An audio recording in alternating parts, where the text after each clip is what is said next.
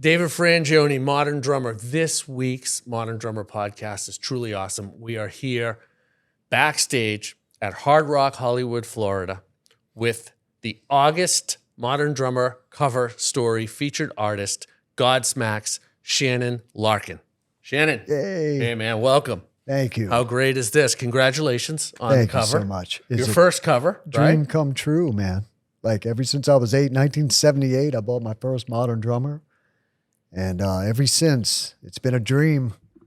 Wow, and the dream's realized. And you know that journey to get to that point, it started when? When did you find the drums, or the drums found you? How did this all get started? Yeah, I grew up in a very musical family. My parents weren't musicians, but my dad was, instead of sitting around watching the boob tube after dinner, he would bring my sister Shelly and I downstairs, and Mom and Dad would play records, and they'd dance around, and anything. I had a very nice, wide, eclectic introduction to music through my parents, because my mom was like the rock and roll mom that liked the Stones and Creedence and the Beatles, and my dad liked Waylon and Willie and Elvis and the 60s music. So I had like a broad spectrum, and I always loved the music.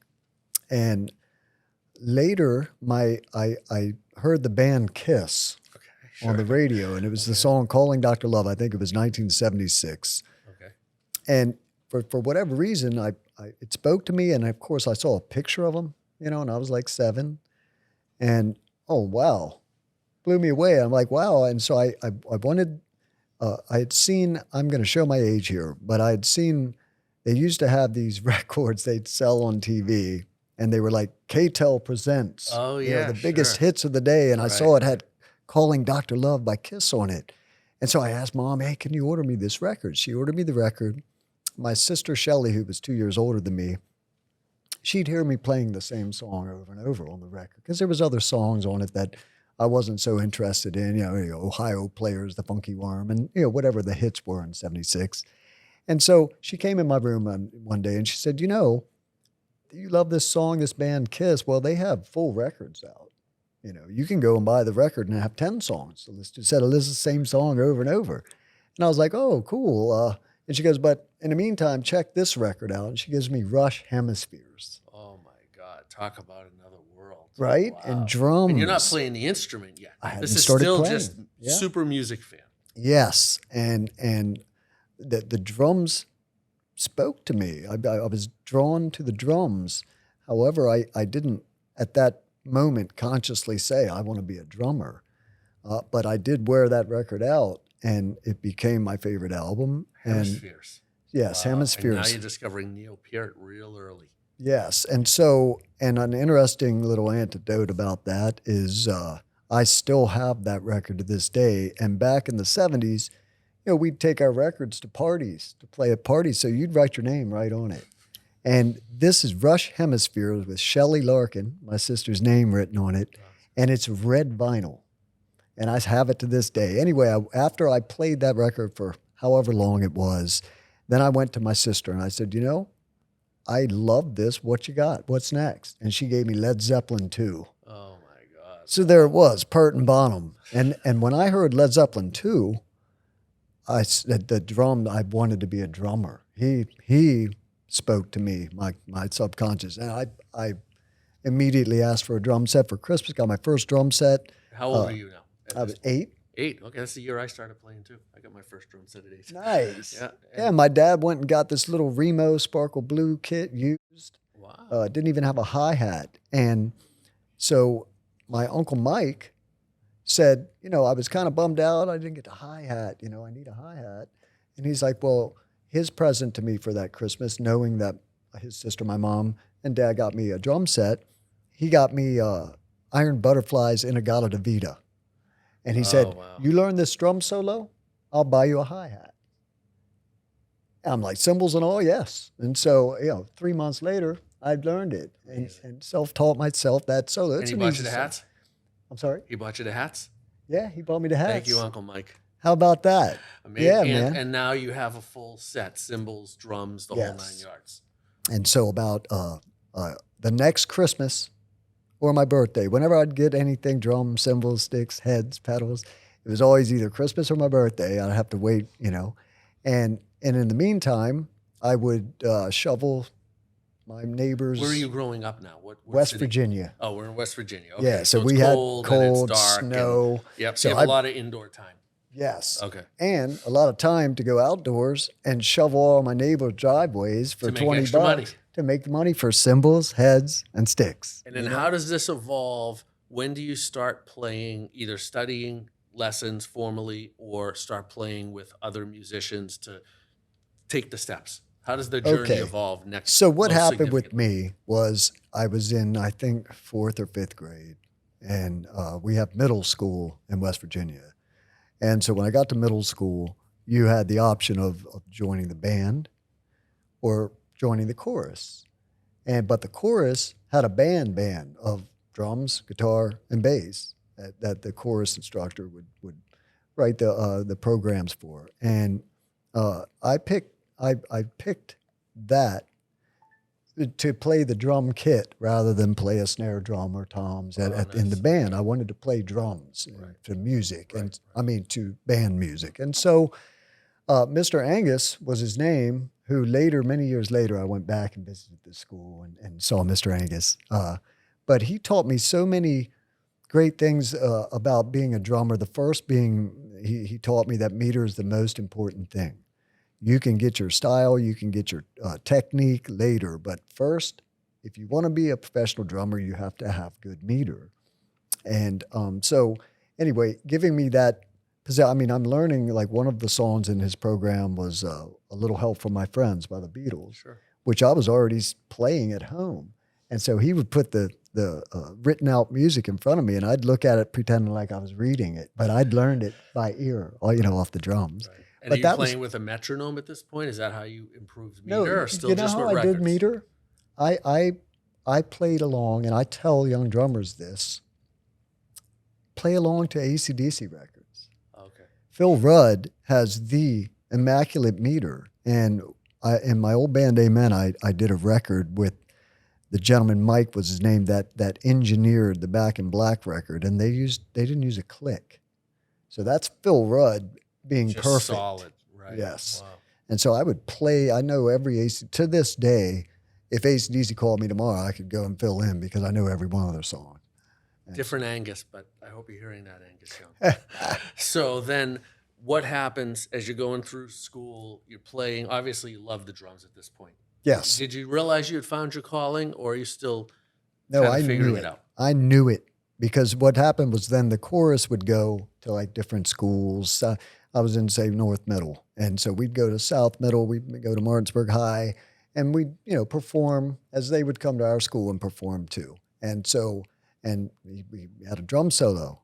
And I just remember when I would play the drum solo, and then afterwards, everybody wanted to come up and everybody liked me and was nice. I was like, oh my gosh, this is something that I feel I can be comfortable in this, with this attention, Some people are introverted. I'm kind of an extrovert when it comes to, public playing. Like I'll sit down and play drums. I play drums.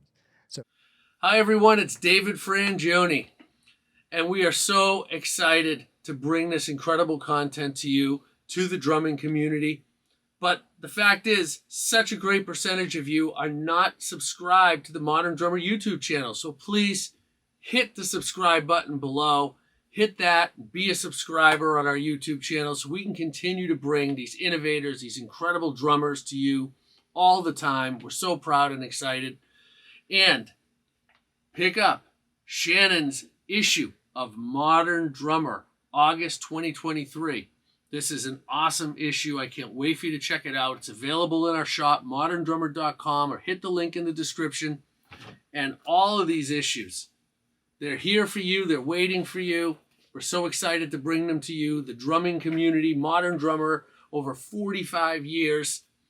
And we'll see you again soon. Thanks for supporting the drumming community. So even at that moment, I knew that this is what I want to do. This is what I want to do, man.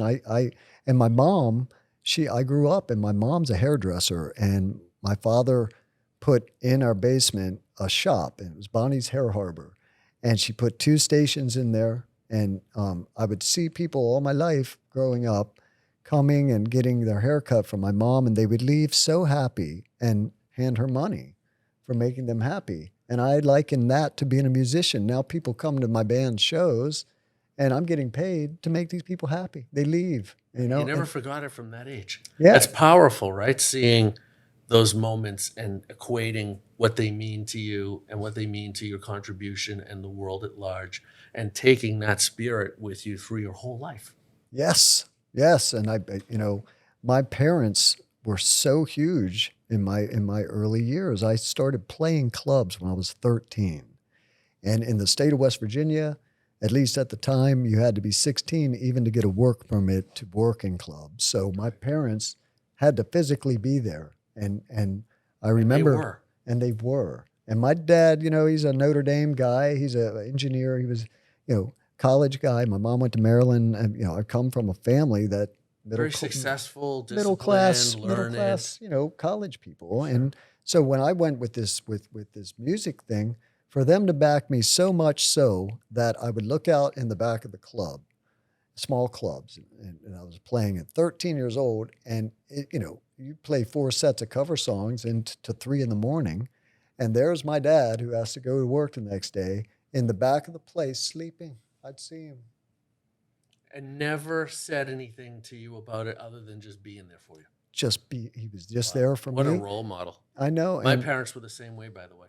Yeah. Your parents' names weren't Rita and Sil Frangioni, were they? No, I'm kidding. But seriously, it was the same level of support. There's not a lot of us to share those kinds of stories. Thankfully, there are a number out there, but the majority of parents don't do that. We just happen to get lucky in that our parents did. So I have a firsthand point of view from what that looks like, and it is so much sacrifice of their time and their life and their sleep and the things they want to be doing so we can do what we do.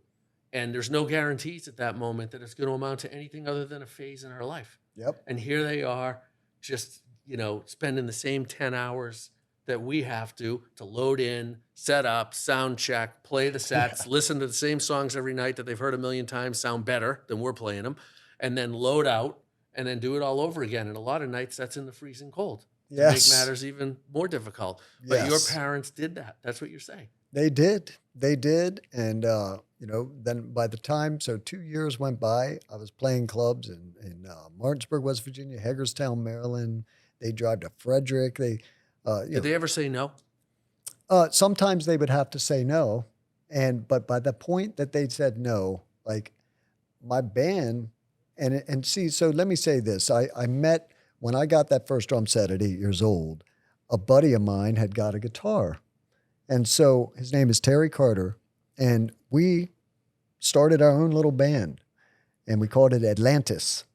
And we would learn, our favorite songs from our bands. Did he stick around through the years? Yes. And so Terry and I started this band. He's the guy. He was 15 when I was 13, and we started playing the clubs. So he could drive sooner than you.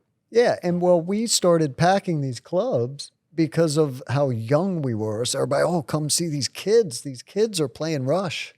And Van Halen. And sounding good. Right? So we were like these prodigies. So, the club started packing out. And so the club owners started saying, yeah, your parents don't have to come. Oh, nice. Okay. And so that relieved them of it did having to do that so much. So this is, it sounds to me like you're kind of becoming a local hero. Yes. Right? And the big fish in a small pond, as they say, which is an amazing place to be. But you have to grow from that. And you have to start taking the steps that'll lead you to where you have been for the last 20 years in arenas. That's right. What happens? What's that step? Share it with us. So that's just the passion and love of drums and having this guy, Terry Carter, who had 3 older brothers that started turning us on to all this different music. And that, anything from the blues guys on Terry's oldest brother really turned us on to blues. And I'll say here about blues drumming, it's you might think it sounds easy. It's the space in between the notes. You try and play a slow blues, and it's way harder than learning Whiplash by Metallica. You know what I mean? Mm-hmm. At least it was for me. And so having my older sister and Terry Carter's older brothers just exposed us to all these different genres and flavors. It made Terry and I not be normal rock players. We would You had a try lot more advanced understanding because you're becoming versatile, whether you realize it or not. versatile. Because you're Exactly. learning these different styles legitimately, right? Because Yes. it's one thing to play through the song; it's another thing to really get under the hood and learn the nuances. Yes. Right? Listen to a Bernard Purdy groove and really cop it.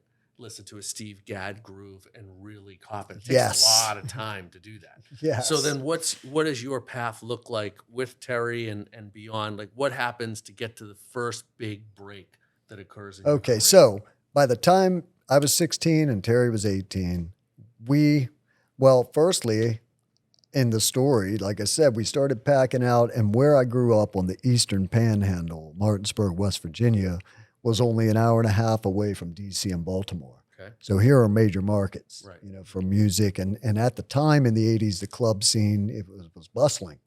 And the music business, rock, was still the big music, And so we started packing the clubs. And by the time I was 16, it was time. We had our own van and our own rider truck that we had bought and painted or whatever, and our own PA and lights. And so we started just touring.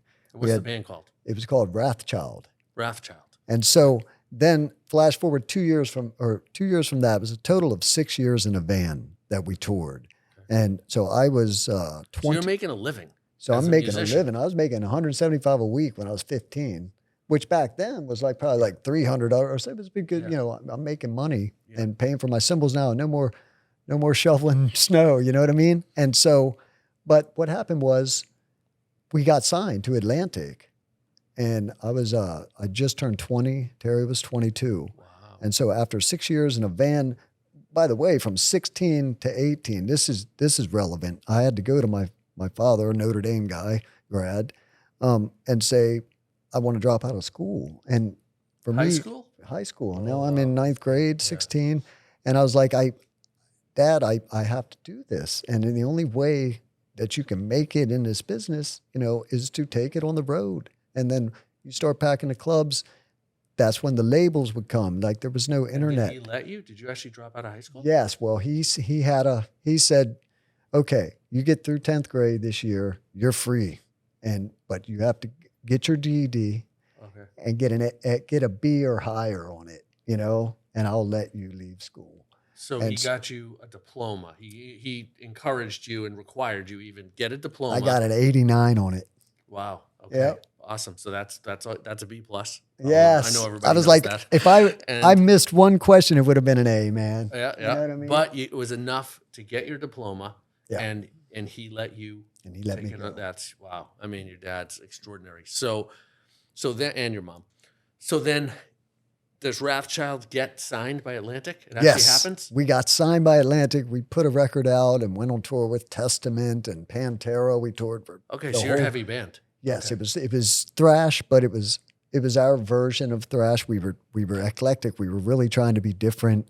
Thrash was invented in California by Mustaine and Hetfield and Ulrich, and they invented a new genre, and that's why they're legends, and that's why they can be 80 like the Stones and still play, because they invented a genre. Yeah. So it's still as relevant today as ever. Yes. So now you are touring with Pantera, these huge bands, and what happens next? Does Wrathchild survive, or what happens? Yeah, no. So we only sold 80-some thousand records, and so Atlantic's not super back happy. then, if we sold 80,000 now, we'd be woo. But back then, Atlantic's okay. So we signed a 2+7. So they guaranteed us 2 records, which nowadays it's a 1+ whatever.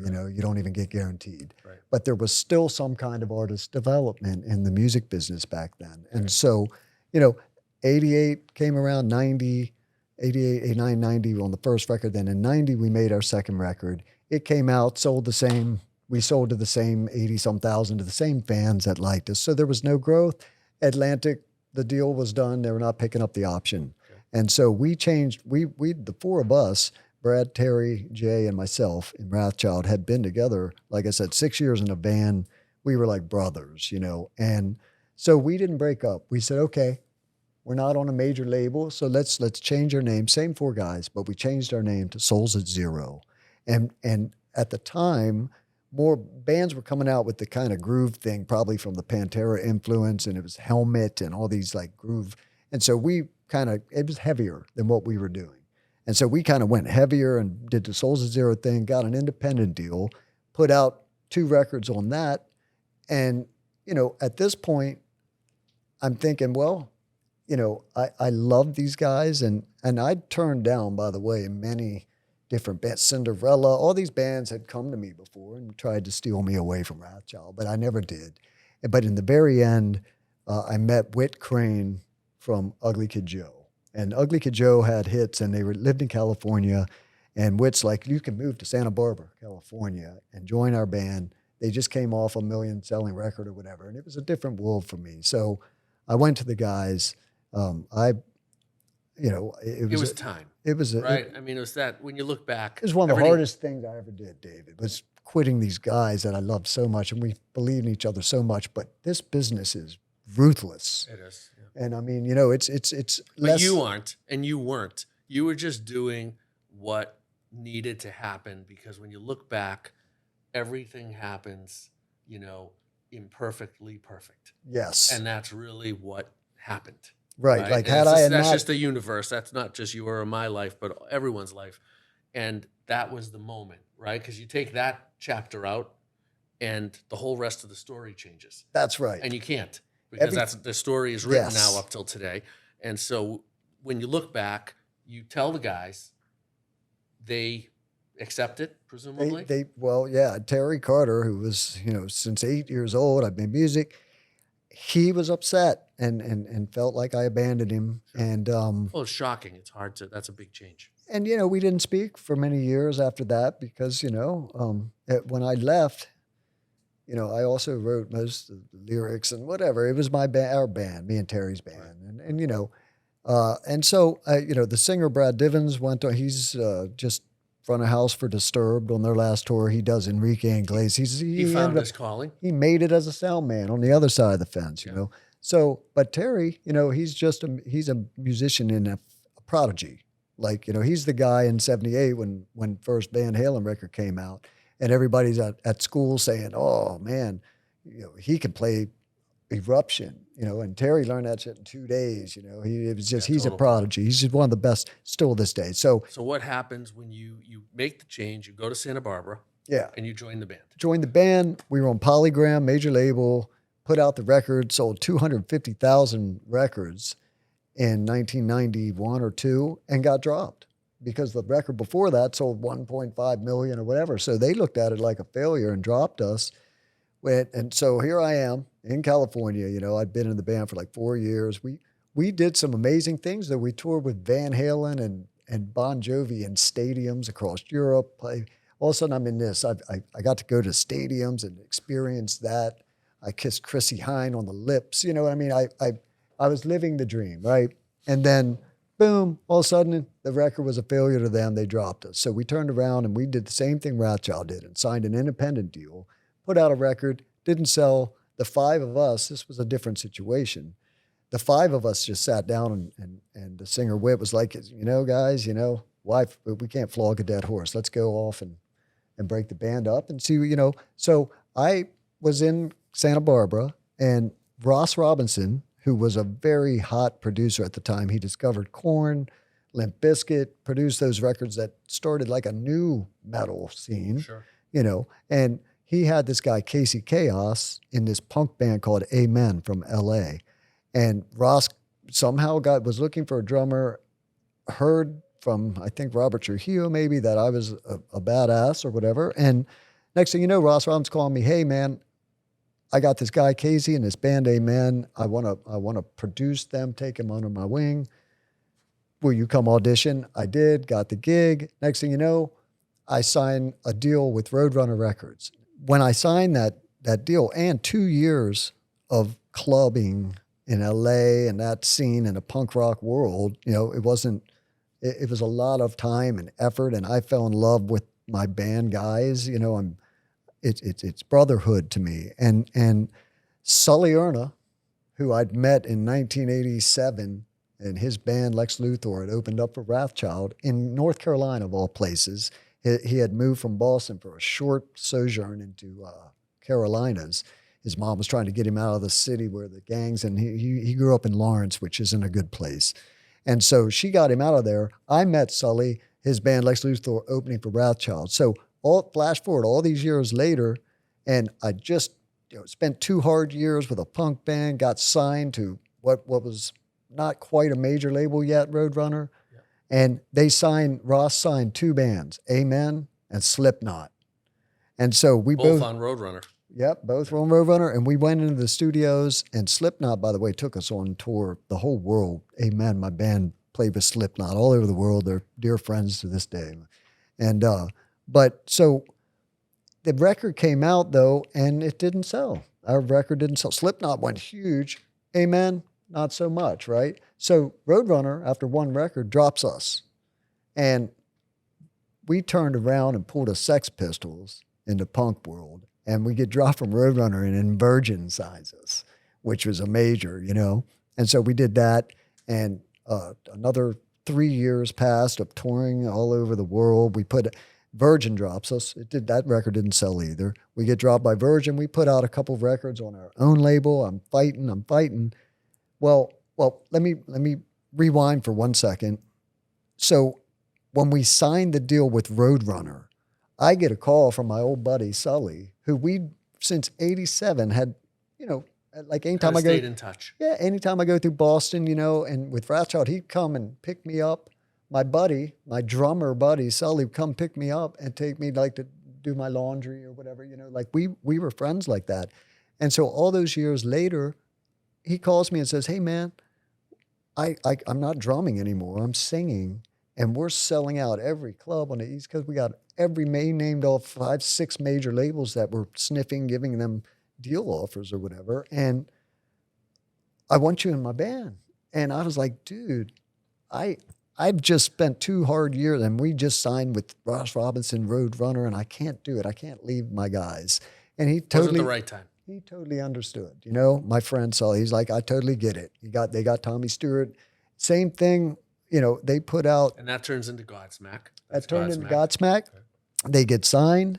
They put their first record out, sells 5 million. Amen puts our first record out, sells 5,000. And so I looked at that and went, wow, I guess, it's not in my cards to be, to make it as a big rock star or whatever, the dream was. So how does it transition then that you end up in Godsmack? Well... The first time I played the PHX was roughly around 2008, and it was at the Montreal Drum Festival with Paul Brochu, Mark Kelso. Having a chance to actually play those drums after seeing them for the first time, easy to tune, big sound, really punchy, direct sound, focused sound, and yeah, I just wanted to play really fast. Well, so then Amen went on to make another record for Virgin that failed. Godsmack made another record for Universal that sold a couple million records. And then the problem with Tommy Stewart happened, which was between Sully and Tommy. I don't know what happened. I'm friends to Tommy Stewart, by the way, to this day. I just saw him in L.A. He looks really good. But he leaves the band. Yeah, so Tommy leaves the band, and weeks after I had left Amen. Oh, you'd already left Amen. And I left Amen, and if you remember earlier in this podcast, I said that my mom, being a hairdresser and just seeing her make people happy to get paid for it, right? So I decide it's not in my cards to make it as a drummer. I will always play drums. I had done the Glassjaw Worship and Tribute album for Warner Brothers. I'd done Vanilla Ice's comeback record for whatever label. And so I was getting session work, in LA through Ross Robinson was talking me up. And so I'm like, you know what? I will just be a session drummer and do what I can to keep playing drums. And I enlisted in a hair school, cosmetology school in Santa Barbara. And I was going to drop your mother's... And I was going to be a hairdresser. And I had this whole idea of, I'd played with Black Sabbath by that time, so I was friends with Sharon. I could call Sharon Osbourne. I called Sharon and say, hey, here's my plan. Would Ozzy let me cut his hair? I have a rock and roll hair place on Melrose I was going to have. And I had this whole plan. And literally 2 weeks later, the thing went down, Tommy leaves, and Sully called me. And I'll never forget it. My ex-wife in the kitchen saying, it's Sully. And I'm like, and I knew it. Right then, I'm like, oh my God, he's going to ask me to play for Godsmack. And I never went to one day of school. I canceled the whole thing and went and joined Godsmack. And that was the call. He was actually calling you to ask you to join the band. Yeah. And, and that's real. That happened. So you never give up is, I guess, the point. Well, I was just going to say, if you take your story and follow the chapters, it's a lesson that I think is the most important lesson that anyone can learn and apply, right? Because learning and understanding is different than doing. Right? Yes. And that is perseverance. Perseverance. In the music business, in any business, but especially in the music business, because you're tested more often than most other businesses, is perseverance. And your story, just one experience after the other, is just another perseverance test for you to pass, really. And that said, David, the cover of Modern Drummer, gold and platinum records, Grammy nominations, you can take all those things. And to me, my biggest achievement and badge of honor is longevity. In this business, to have, especially in this band, 4 dudes over 20 years together, continued success, that to me is more important than all the accolades and awards or covers. You know what I mean? Just to be able to keep, I have what I call wonderment and awe that I do this thing, playing drums. You make people happy and they pay you. But for a living, and they pay me. Right. Like I do it, and it's, to me, I still can't believe it. I got to pinch myself, But, But you wouldn't have that if you gave up. That's I know right. that sounds obvious, Perseverance, but it's so easy to just at some point go, it's not in the cards. Yep. Right. Yep. And for you, it even for the 2 weeks that you thought that might be the case, it wasn't. Yeah. Right. The case was that you are meant to play drums. Yes. And entertain people and make them happy and do it for a living. And do it for a living, which is the craziest part to me. Get paid to play drums. What?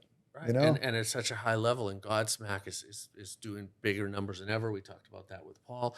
You've spoken to it. Your cover story speaks to it. It's just, it's such an awesome point right now that the fans have, they're back in droves in terms of, going to shows, and the band is like just killing it right now. And when you get to this point too, now they're bringing their kids. Right.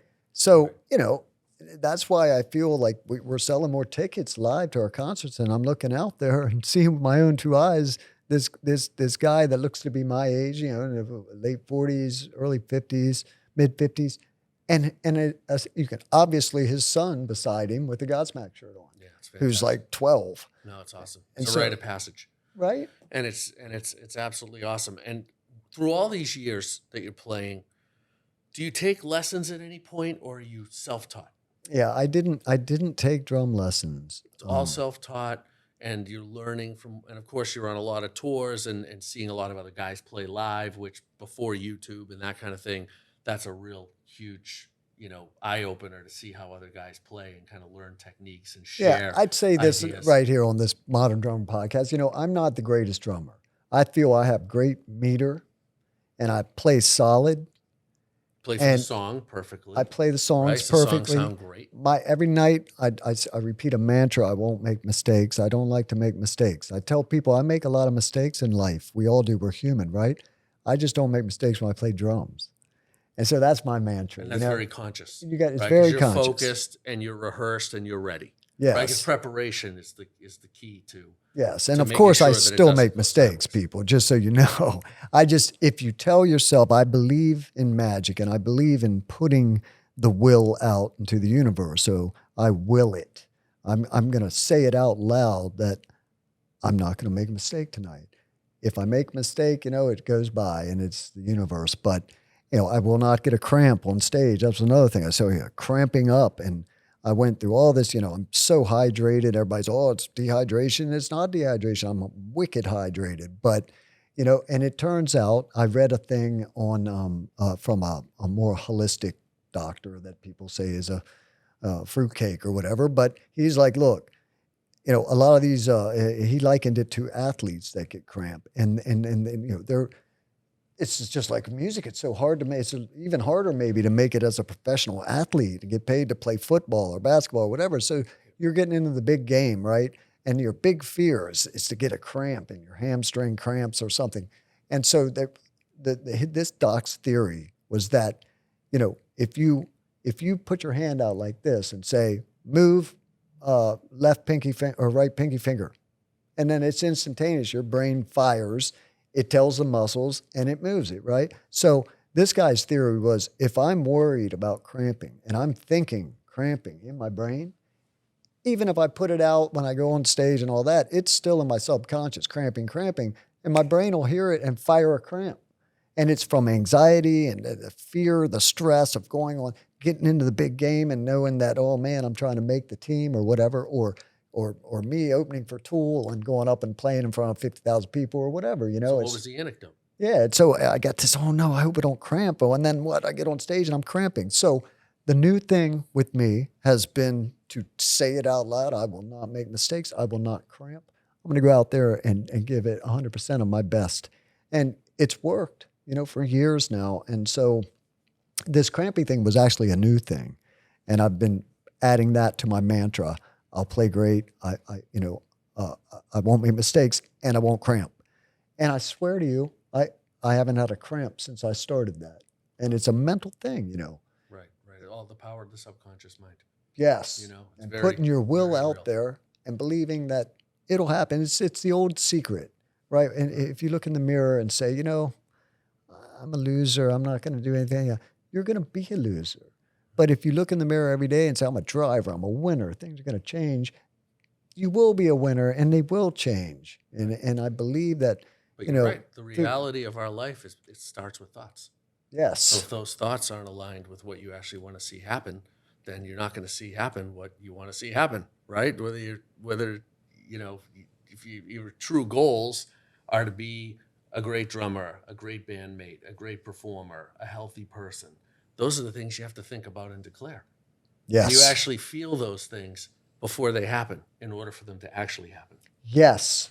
It's the manifestation, right? That's right. And it's real. It's real. Yes. So the cramping stopped, the pursuit of playing consistently, being a great bandmate, being on stage, kicking butt, and if there's a little flub here or there, just getting through it so nobody even notices. That's worked out because you have a plan for that and you're implementing that plan through the manifestation. Yes. And crushing of the ego. Like I look at guys like Todd Sucherman, for instance, from Styx, or God, I could name probably half the covers or more of Modern Drummer that are way better drummers than I am, as far as talent and technique, right? It's speed and power, perhaps. But I feel what makes me unique is just the passion that I play with. And so it's and you serve the music. And it's flair and it's style. So if you see me serving the music, yes, but if I'm playing an AC/DC song, I will try and play it as much like the great Phil Rudd as possible, but I'm going to inject my flair and my style to it. So I'm not going to look at all like Phil Rudd when he's playing that song, but sound just like him, right? And that's always been my intent, to try and look different.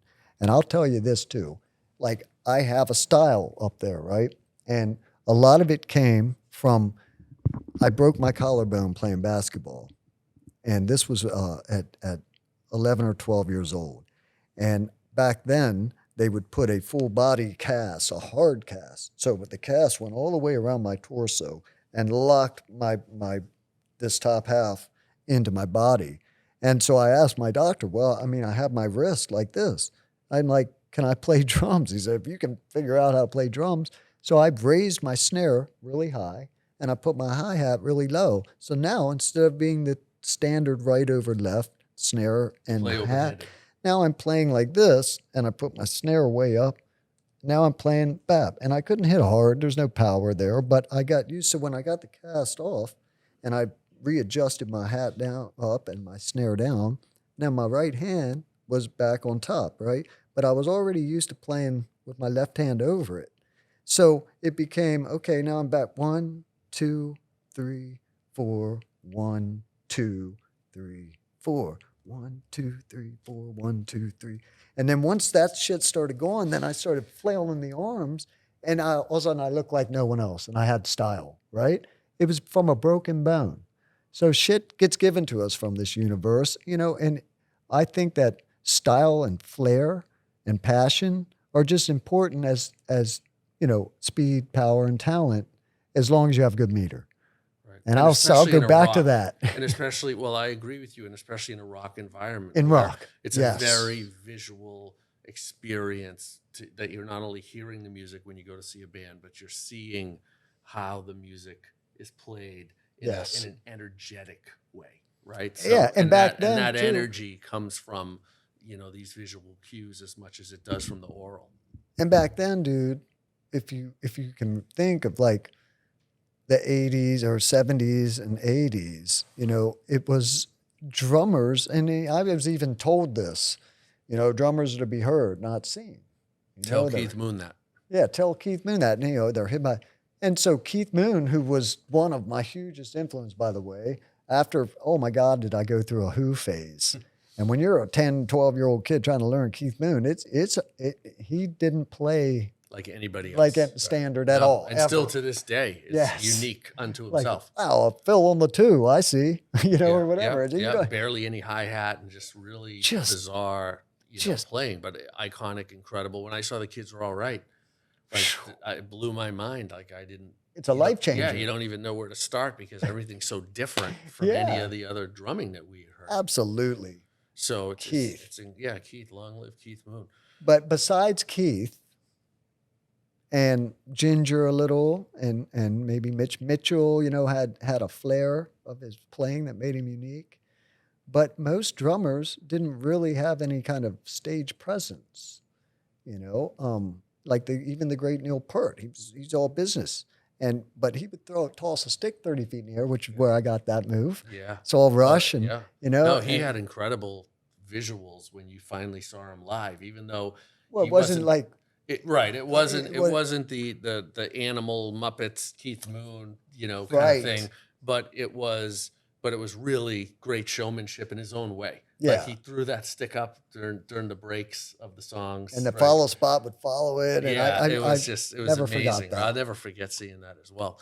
So now when we get to today's drum kit that you're playing, there's actually 2 kits up there, right? Because part of the time Sully comes out and plays a kit with you. Yeah, there's one moment in the set that we call the drum solo, but it's really a piece that just... It's a drum composition, if you will. Yeah, it's a composition that allows Sully and I some improv moments. I'm one of these guys, like back to Rush. If I go to a concert and I've just spent, 3 weeks learning La Villa Strangiato, you know what I mean? And then I see him play it and he doesn't play it like the record, then I'm upset because I want to see him play it, right? And so I've always been a drummer that when I make a record, and then I'll try and replicate it exactly live. Yeah. So what that turns into, and as a touring drummer for 40 years, is Groundhog Day. And every day is exactly the same. And so you can get boring. Your mind starts to get away from what's important, which is, giving and receiving the energy right live. And so the drum solo allows us a moment in the set that it can be different every night. I got 3 4-bar sections, do fills. And I might do the same 10 shows in a row. It depends on how you feel. But if I want to go off the cuff, I can. Right. And it's the only time in the set. There's no expectation from the audience of what you're going to play. Yes. So it gets to be your moment of creative output. And it causes some funny moments because, sometimes your mind just goes blank and you go, and then Sully's laughing at me or whatever. or vice versa. You know, sometimes your brain freezes in front of 20,000 people and you're just, oh, that dunk, dunk, you know? And you're playing an acrylic Yamaha kit, Yes. which you're going to see in the rundown, everybody. So check out those details because we go through it, piece by piece. Vic Firth, Sabian, Yamaha, Remo. We talked about that, I Toka. think. Coated Emperor heads, Yes. right? Using the 2-ply. What was the last brand you just said? Toka. And what are you playing of Toka? I'm playing, Sully has for that solo. When I first come out, I do a loop and he gets to show off hands. And he's really good hand player. And so he has the djembe and the bongos. By Toka. Yes, by Toka. And are you using any electronics? I do the DTX Yamaha system. My drum tech of 27 years, and the singer in my side project, Spirit Wheel, Shane Hall, one of my best friends. 27 years. I'm that's amazing. Really proud of that. Yeah, I mean, great. a drum tech. So he controls the brain of my just 2 pads I have up there. Okay. You're not triggering, you're just hitting them from the pads. Right. No triggers on my drums. We don't play the click tracks. Okay. We don't run tape for backup vocals or All right, none so of that. everything's live. We are very live, and we're very proud of that because it seems like most bands nowadays do that. Most bands have tracks to some extent. Yeah, it's true. Yes, And- I don't hate on them or anything. No, but it's just I'm a not different that approach. guy. Right. You guys have a different approach and, both work depending on the band and the music. But with those 2 Yamaha pads, you're triggering just different sounds that are 808. needed for the record. The 808, okay. and the 808 simply has to be changed from a D tuning to a C tuning so that the 808's in tune. Sure. And then in Voodoo, for instance, is the doom bat doom doom ch doom bat doom bat doom doom doom doom bat doom doom. You need the sound. So I have right? those 2 sounds, so I can replicate what's on the record without having an actual wood block, which will break, and then a shaker, So anyway, the electronics give me that kind of. In my Spirit Wheel band, the other band, I actually use a Roland with the 6 pads on it, so that I can V-drums. We use a lot more sound effects or whatever, and so I have that implemented on my home kit, which is a giant monster of a drum set. And when Spirit Wheel we're going to put a record out, and that's what I'm going to say about Spirit Wheel. Terry Carter, that dude. Yep. Well, 40 years later, literally. Is in a band with me now. It's called Spirit Wheel. He's the guitarist in Spirit Wheel. He's the guitarist in Spirit Wheel. Wow. Talk about full circle. And my 27-year drum tech and best friend is the singer. Wow. So that's pretty cool. It's very a cool. story, you know what I mean? And It is. And you learned early on from your parents and from your sister Shelley that family is everything. yes. I can just hear it in your story and your experiences. Like everything in your life has flowed through family, been inspired by family, been incredibly impacted by family. And now you, as a man, as an adult, as your life is going on, are doing the exact same thing. Like the roots are just family over and over and over. And it's incredible, man. It feels good to hear you say it out loud like that. I mean, it's true. Thank you. It's so well. You're the person living it and inspiring all of us through it. There's a lot to take from it when you stay loyal to that and true to that, and you have a family that beautiful and supportive, and you've evolved from that in such a powerful way, and now look, your whole life is a creation of creative projects, incredible success through Godsmack, and incredible relationships that you've evolved through those relationships and through those musical moments that you've had both. And I think we've learned through getting to know you today how that's happened, right? Because it's one thing to look back at it and applaud it, but really I think everyone should just take a good, hard look at it and think about just when you are truly connected to your family and they're that wonderful and that loving and giving and supportive, build on it, because it is a gift, Yes. really. And not everybody gets that gift. But when you do, man, is it is it powerful. There's really nothing that can't be accomplished. When And it's family, a guideline, like I treat my daughter the same way my parents treated me about her dreams and wishes. Didn't turn out to be music. She ended up getting her master's degrees from USF at Health Administration this year. But following her passion. Yeah, You followed your passion, your mom followed her passion.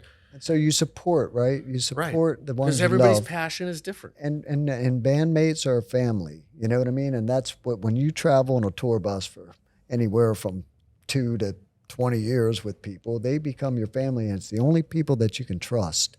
And there's a thing out here. It's road fatigue, and it happens. And after a week on tour, you're tired all the time. And I can go home and be at home at my house, and I plant trees, and I'm doing all my yard work myself. It gives me my zen, right? It's my meditation in ways. And I have koi ponds and turtle ponds, and that's me, right? And I'm out there in the Florida sun digging and planting and just sweating and working. And I'm not tired. It's a fatigue thing out here because it's a lot of mental anxiety and challenges. Challenges. It's hard to be creative in a different city every day, sleeping in a different place, traveling on a bus or plane, either one or both. It's really hard to describe. Like you're in a zone. Yeah, and a bubble. A bubble. You're in a bubble because you can't get out. It's one of those things that it's when someone's like an NBA basketball player, like it's really obvious, in my experience anyway, knowing some really successful players as an example in the NBA and knowing their lives and their careers and how they have to function. I see from their world that people just really understand, like when you're on the court, that you are preoccupied, right? Like you're on the court, like no one's expecting a return text because you're while you're in the middle of a game. Like it's just so obvious, but it's acknowledged. But in the music world, when we're out on the road and it's not the 2 hours we're on stage, but it's maybe meet and greet or sound check or pre-production meeting or a myriad of other things, we're on the court. Even though you don't see that we're on the court in that very moment, it's not quite as obvious as like the show is on, right? And there's a mindset you have to have on the court that when there's other stuff coming at you, it really is powerfully distracting. And really, and that's where mentally exhausting. Mentally exhausting, and that's where the fatigue comes from. Yes, mentally, and so it's just as important to have routines and have relationships with your inner circle, that everybody is aligned on how to keep this going in a way that you don't get distracted and you don't get sidetracked and you don't get the phone calls at the worst possible time, like, somebody broke into your car. List. I'm not on the guest list. I'm not on the guest list or whatever. Right. It's like, shoot, I put you on, man. Somehow. Or where are you? I need to, I came all the way here to see you, and I know, but like this other thing happened over here. Like it's a very fluid, unpredictable kind of world being on the road every day. Yes. So I think that's, that road fatigue you talk about. What do you do to combat it? What do you do to deal with it? There's really, it's a mental thing. In my age, 56 years old, I take naps. So you just figured out ways to refuel. Routine. Routine's right? huge. You're right about the routine. Like if I'll get up between 10 and 11, because I can't, that's the thing about after the show, you have so much adrenaline. Even if you don't feel like you feel tired after a show, but your adrenaline is up here, and I lay in my bunk.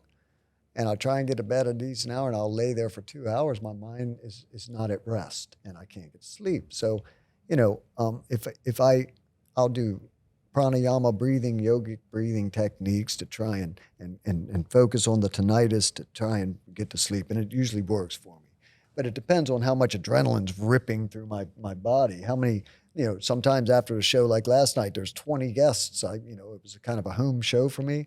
And so I had 20 guests, and the feeling of being spread so thin, and here's my tree guy, here's my drummer buddy, and And here's for them, it's a big moment. and then and for them it's a Understandably. big moment, And we understand that. Like, I really mean that. and you Like, feel the eyes on you, Yeah. of your friends, and like, when's he going to get to me? And you feel spread so thin, and you go and you tell them, man, I only have, a bus calls in less than an hour. I got to talk to everybody, so I only got a few minutes, and it makes me feel, I get anxious, and because I feel like they don't think I love them or something, and it's tough. So these are the things I'm getting to that make you just fatigued on the road.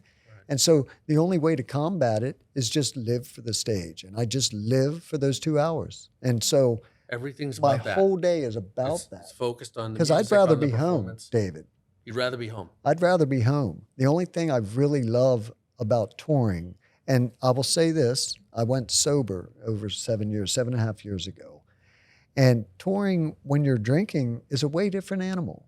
And, drinking, not promoting drinking, but, it got me through probably the first 30 years of touring without the fatigue.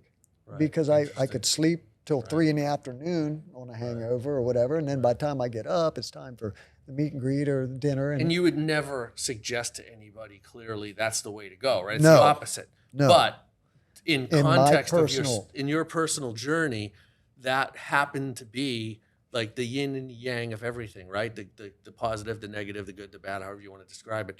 It's like the good side of it was that it got you through it. It was the mechanism, albeit an unhealthy one, as I'm sure you would agree. Yes. But still a mechanism to get you through that. Again, why, how? We don't have those answers. Like, why do we do stupid things? Or why do we do things that are self-destructive? Or why do we do things that aren't what we should be doing? Or however you want to describe those things. I've been as guilty of it as anybody else. Still am. Like every day is another lesson. Yes. And why we have to learn them and how we have to learn them, that's what makes all of our journeys unique. But it's also what bonds our journeys in commonality, is that we're all going through something. Yeah. And so you went through that, and then when you come out the other side, the last 7 years and change, now it's been tough for me. It's been tough out here simply but you because found how to do it. But my thing is, the 2 hours on stage, well, minus 6 hours for sleep, 6 to 8 hours for sleep. And then we still have all those other hours of the day where it's boring. Straight, it's just boring. And, and all you're thinking about all day is that show at night. But, so I read. Do you warm up? Do you play some drums? I do not. Get loose? No. I do not. And I did for many, many, many years. And I always heard how important it was to stretch.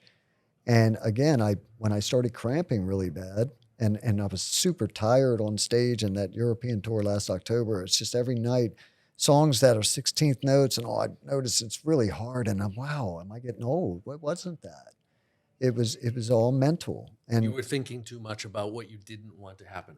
Yeah, and the whole being sober and being clear and finding my spirituality and all these things that evolved in my life after a divorce and all this, life goes on. Drums, that's my constant. I always have drums. And so, you start just focusing on drums. And so to get through the what I feel the Groundhog Day every day, I meet hundreds of people a week, and I don't ever want to be the guy that you go up to and is unapproachable, or you go up to and then he's a dick rock star. I always swore if I ever made it, I'm going to be the coolest rock star. Anybody can walk up to me. I will talk to anybody. And that's the case, right? That's the case. You're walking the walk. I am very, very approachable, and I don't know anyone that could say really a bad word about me, simply because even when I was going through a divorce and stuff, look, I understand, but I chose this. And so I feel if you chose to be a public figure, whether it's LeBron James, you're a sports star or a rock star, that you should be able to take and put a smile on for somebody that you can tell when you meet these people that influenced or inspired. And you made them happy. Made them because you're happy. making a living. Yes. And Shannon Larkin's making a lot of people happy.